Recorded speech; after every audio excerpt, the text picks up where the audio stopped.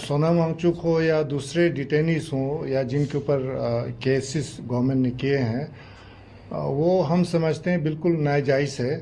तो हमने ये क्लियरली गवर्नमेंट को कहा कि आप जितने भी हमारे जिन लोगों के ऊपर केस किए हैं, इंक्लूडिंग सोनम वांगचुक को एनएसए के अंदर बंद किया हुआ है, इनको बिना शर्त इनको अनकंडीशनल रिलीज करना चाहिए। इनके ऊपर जो केसेस हैं वो वापस लेने चाहिए। ये हमने बहुत जोर दे के बोला था। सुप्रीम कोर्ट ने गवर्नमेंट से एक एम्पैथेटिक टोन में पूछा कि क्या डिटेंशन को कंटिन्यू करना जेन्युइनली नेसेसरी है, कंसिडरिंग हेल्थ और age related factors. Justice Kumar ने भी इस ऑब्जर्वेशन से अग्री किया। 6 शेड्यूल और स्टेटहुड के ऊपर ही हमने ड्राफ्ट प्रपोजल दिया था। उन्हीं मुद्दों के ऊपर बात हुआ, लेकिन बात इनकन्क्लूसिव रहा, किसी नतीजे पर नहीं पहुंचा। तो हम बैठ के आराम से सोचेंगे कि क्या आगे की कार्रवाई होगी। वो केडीए और एपेक्स मिल के हम चर्चा करके आगे की कार्रवाई हम करेंगे। गेजेटेड एस्पिरेंट्स है, उनके कुछ प्रॉब्लम्स थे, वो भी वहाँ पर डिस्कस हुए थे। टॉक्स इनकन्क्लूसिव रहा, तो ये हम इसको नेगेटिव भी नहीं कहेंगे, पॉजिटिव भी नहीं कहेंगे।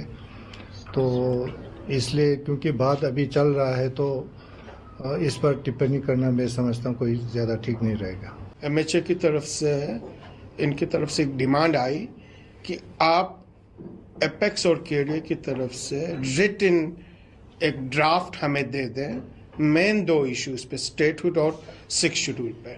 और इन दोनों इश्यूज पे हमने within no time draft submit की। और अनफॉर्चुनेटली हम एक्सपेक्ट कर रहे थे कि बहुत जल्दी ये मीटिंग हमारी होगी, लेकिन 3.5 महीना लगाए। और आज 4 फरवरी को हाई पावर कमेटी की नित्यानंद जी की चेयरमैनशिप में जो हुई है कि सोनम वांगचुक जी समेत जितने भी डिटेनीज हैं उन सब उनको अनकंडीशनल बेस पे रिलीज किया जाए। ये एलिगेशन बेसलेस है और पूरी तरह से लद्दाख के लोग इस चीज़ को नकार लेते हैं। और जो शहीद हुए हैं उनके परिवार को डिग्निफाइड तरीके से कंपनसेट किया जाए। जो इंजर्ड है उनकी फुल ट्रीटमेंट की रिस्पॉन्सिबिलिटी एमएचए ले ले। चेयरमैन साहब ने कहा कि हम बहुत जल्दी विद इन नो टाइम्स, तकरीबन ऑलमोस्ट 15 डेज कहा कि इसके बाद हम नेक्स्ट मीटिंग करेंगे। तो इस इशू पे फर्दर और आगे डिस्कशंस होंगे। सुप्रीम कोर्ट ने गवर्नमेंट से एक एम्पैथेटिक टोन में पूछा कि क्या डिटेंशन को कंटिन्यू करना जेन्युइनली नेसेसरी है, कंसिडरिंग हेल्थ और age related factors. Justice Kumar ने भी इस ऑब्जर्वेशन से अग्री किया।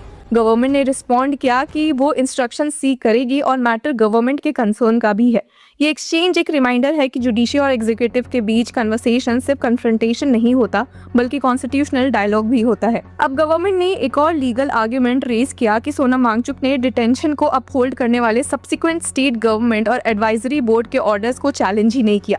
उन्होंने कहा कि original show cause notice has to be examined on limited parameters and competence.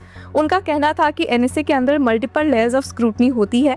पहले स्टेट गवर्नमेंट अप्रूवल, फिर एडवाइजरी बोर्ड रिव्यू जिसमें हाई कोर्ट के फॉर्मर जज रिप्रेजेंटेशन सुनते हैं, और फिर स्टेट गवर्नमेंट को इंडिपेंडेंट पावर होती है डिटेंशन कंटिन्यू या रिवोक करने की। लेकिन कोर्ट ने इस आर्गुमेंट को थोड़ा डिफरेंटली देखा। जस्टिस कुमार ने कहा कि see if the challenge to the detention order is with regard to non application of mind, now with regard to application of mind, that how do you justify. Court ने ये भी highlight किया कि जब original detention order ही challenge हो रहा है तो सब्सिक्वेंट अप्रूवल्स का एब्सेंस ऑटोमेटिकली फेटल नहीं हो सकता।